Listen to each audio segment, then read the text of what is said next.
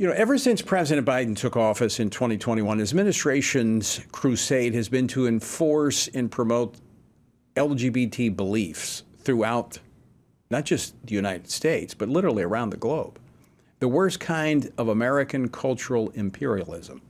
This mission and the woke Biden State Department they view this as their mission, including pushing pride messages at every opportunity, as well as attempts to convert the entire world to transgender pronoun usage.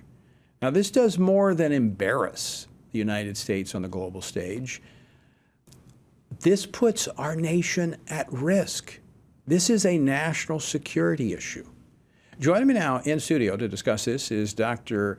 Eric Bordenkircher, a research fellow at the UCLA Center for Middle East Development. He publishes extensively on Middle East policy and U.S. foreign policy in the Middle East. Dr. Bordenkircher, thank you so much for joining us. Good to have you here on Washington Watch. My pleasure. Now, you recently published an article on the Biden administration's overseas LGBTQ crusade.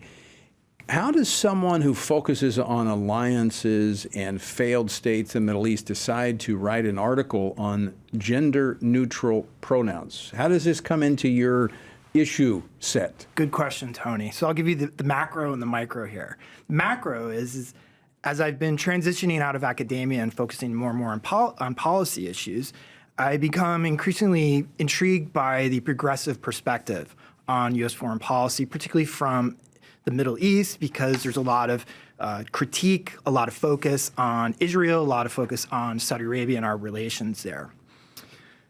So I'm in this kind of space in regards to progressive ideas. The LGBTQ stuff is a component of that. And the kind of micro story is that this idea came out of a discussion with a former student after class in regards to my class on Middle East politics. And when I saw a video that was posted by the U.S. Embassy in Brazil in regards to a pronoun pronouncement in regards to gender neutral, the idea that I had in my head from last year triggered, and I said, I got to write this article. And I think whether we look at just the progressive issue or this more specific issue in regards to the LGBT or even the gender pronoun stuff, is the fact that a lot of this progressive policy is not very well thought out, and thought out in the sense that there are repercussions here to our national interest, our national security. Right. So this is kind of the broader point of what I'm trying to do. And then a more specific point is that when you take these issues of like pronouns, you're dealing with, some very basic elements of culture, very basic elements of identity. And when you apply it in the Arab Muslim context, where you have a language that is very complex, very structured, and then also has a religious element that, Arabic is seen as something special because the Quran was revealed in the Arabic language. So the idea that Tony Blinken, U.S. Embassy here or there, is going to tell the Arab Muslim world, hey, you need to adapt, you need to assimilate, you need to assemble elements of your language is laughable. Yeah, there's so much there. I mean, in a very simplistic form, when you're kids and you're playing make-believe in the basement, that's fine. But when you go out, your parents say, hey, knock that stuff off. Yeah. This has real-life implications when you talk about doing this overseas. My concern, and I've done a lot internationally on religious freedom as a former chair of the USERF Commission, is that when you get into, particularly the Muslim world, as you talk about language, some language, even the Spanish language, doesn't accommodate this foolishness. Exactly. I mean, exactly. The language is specifically male, female. It doesn't have 85 different pronouns to define an individual. Yes. So how do you make that work? You don't. And this is why kind of this, I saw this as kind of an issue on the horizon that's coming, and it's this idea that they're not thinking through these policies, thinking through these ideas, and that they're going to encounter these walls. And I think the issue is, that we should be really concerned about, not the linguist who's studying this stuff, is that you irritate these countries, you irritate these civilizations, you irritate these leadership people. And, a country like Saudi Arabia, for example, we rely on them for carrying out our policy in the region, whether it is preventing the non-proliferation of nuclear capabilities. Right. They're a strategic ally. Yeah. We've got issues with them, but they're a strategic ally. And we need their cooperation. We so why do. are we going to, start to push an agenda here that has no popularity in this part of the world? Now, we're also linking, and a lot of this in Central and South America, poorer countries that rely on our foreign aid, we're linking them changing their pronouns, their view of same-sex relations to our foreign aid. Could we not be driving them into the hands of our enemies as well, like China, who's offering money out there? Exactly. We are increasingly having to compete with China in regards to access to minerals deposits, for example, like in Africa, or even in the Middle East, for example, where U.S. capability, U.S. knowledge in regards to large infrastructure projects could end up being pushed or given to the Chinese, because you have countries that are going to increasingly be irritated by this agenda here. Well, Eric, we're up against a break, and we're going to have to move on. However, we may come back to this, so don't go too far, because there's so much more to talk about on this issue and its impact on our foreign policy. I mean, this is putting our nation at grave risk. All right, and I'm going to ask you if we can come back to this. We're going to see. We're very fluid. This is live programming, so very fluid. But we're going to see recommendations. All right. No problem. We've got an opportunity here to continue our discussion with Dr. Eric Bordenkircher, a research fellow at the UCLA Center for Middle East Development. We were just talking with Dr. Marshall about how the administration is not giving thought to the long-term issues that could come from this promotion that the CDC is doing of chest feeding. Now, the term is breastfeeding, that's what mothers do, but to accommodate transgenders, men who want to be women or masquerade as women that want to chest feed, and we just went through all of that with him, how that's being done with using basically a cocktail of drugs. And we have no idea. They have no idea how this is going to affect these babies. Well, let's think for a moment, and that's extremely serious. But they're also not thinking about how the exportation of all of this LGBTQ ideology, and we just saw it on full parade in June, as embassies were flying pride flags, they were having tutorials on pronoun usage.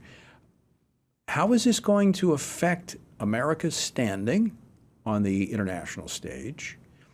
And does this pose a threat to national security? Are they thinking about that? They may not be, but we are.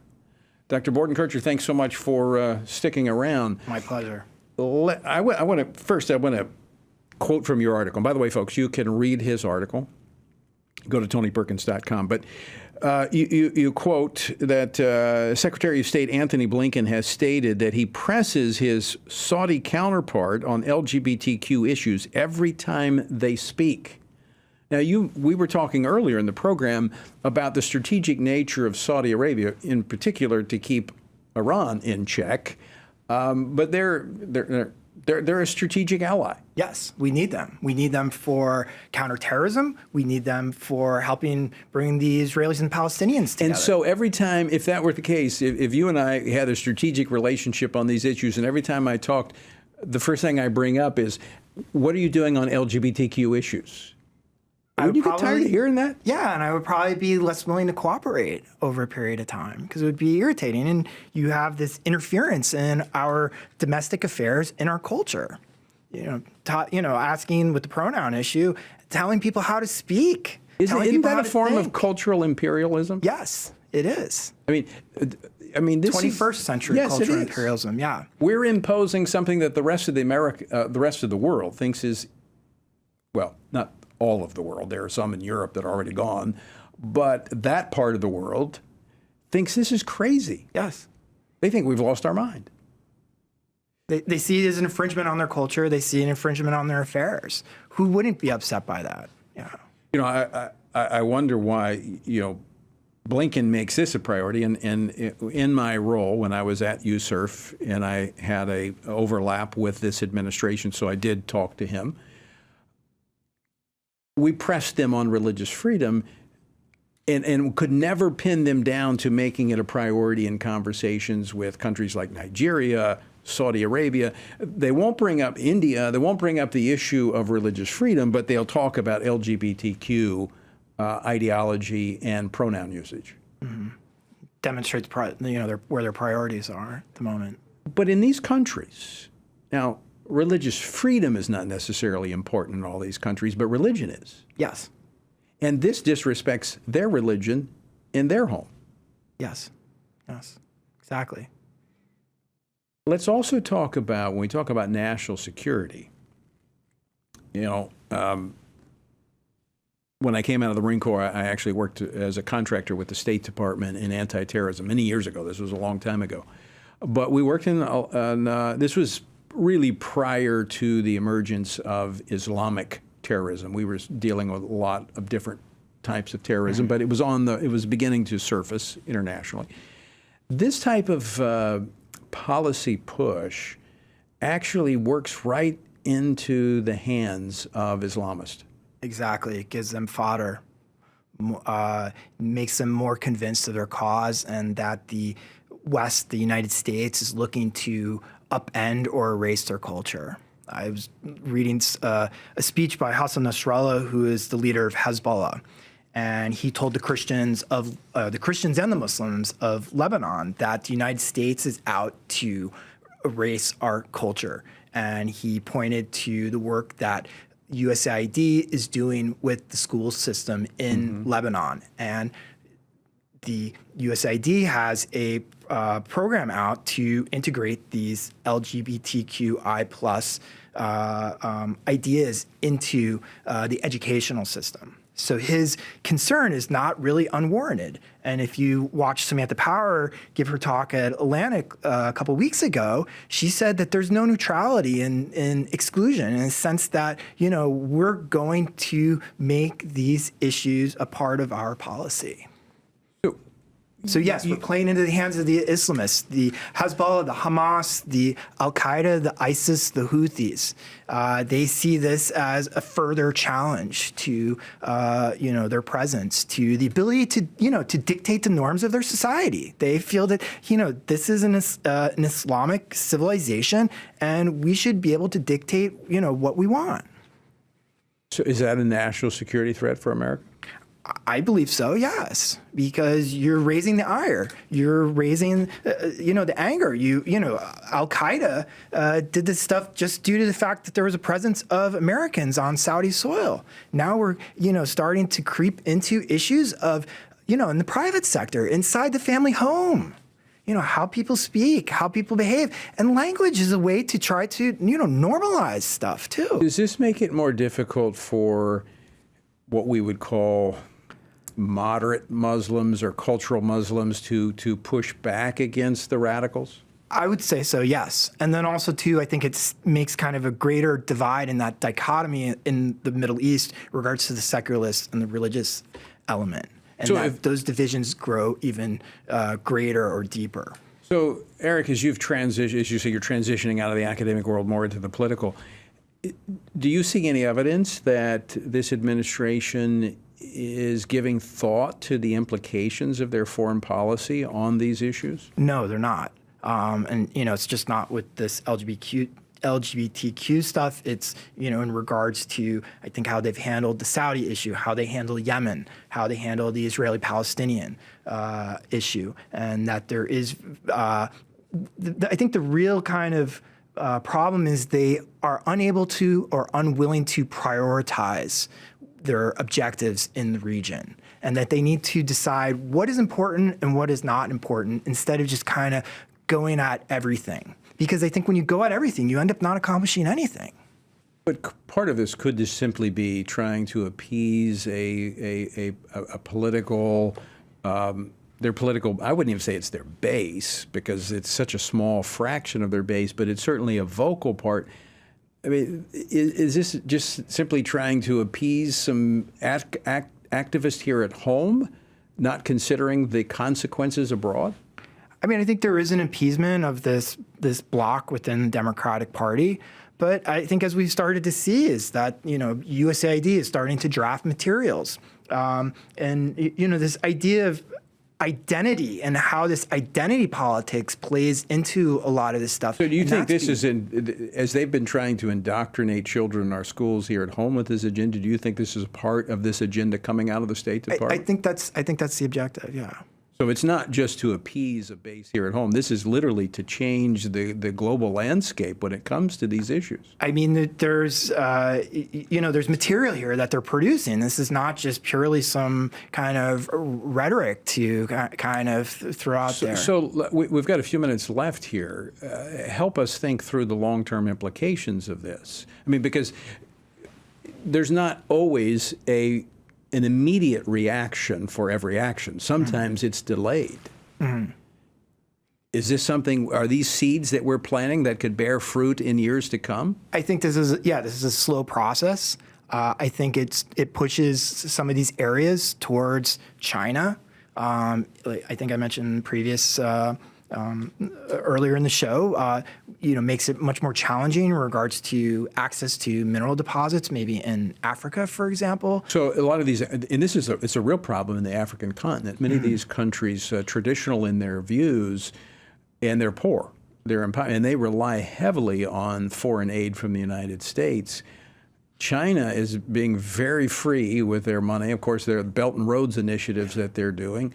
This could be an alternative for many of these countries. China doesn't care about this stuff. Right, they don't. They care about dominating the world. You can do what you want. We're interested about these economic interests and works to our advantage. They're not interested in, dealing with this issue of values, this kind of very value-laden foreign policy that this administration is projecting out there. And it's values that even the Americans don't agree on. Right. I mean, there's this kind of idea I've seen with some of the officials in the Biden administration where they kind of make this argument that, yeah, we have our problems and that we haven't figured everything out, but at the same time, they're still willing to go out into the world and, talk to, lecture, consult, have a quote-unquote dialogue on these issues. So there is I would say, a certain level of kind of arrogance, that righteousness, a bit of an ideological crusade that's going on here. My guest is Dr. Eric Bordenkircher, a research fellow at the UCLA Center for Middle East Development.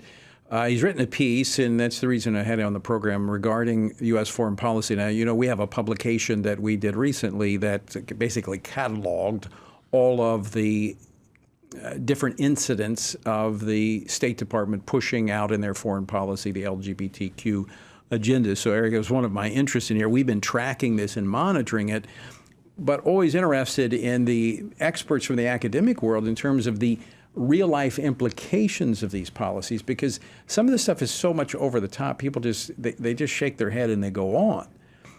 But this is almost like planting landmines that at some point in time, or a time bomb, it's going to go off. Exactly. And I think most of the American public is unaware that a lot of this stuff is going on at all. Now, this is not, this is really a big push from this administration, but the State Department has long been the funnel through which the left pushes out a lot of this internationally, then often comes back to the United Nations, and then, it's used as leverage to try to get us to adopt our policies. But have you seen anything else like this that would be, you could say, would be parallel to what they're doing today in the Islamic world?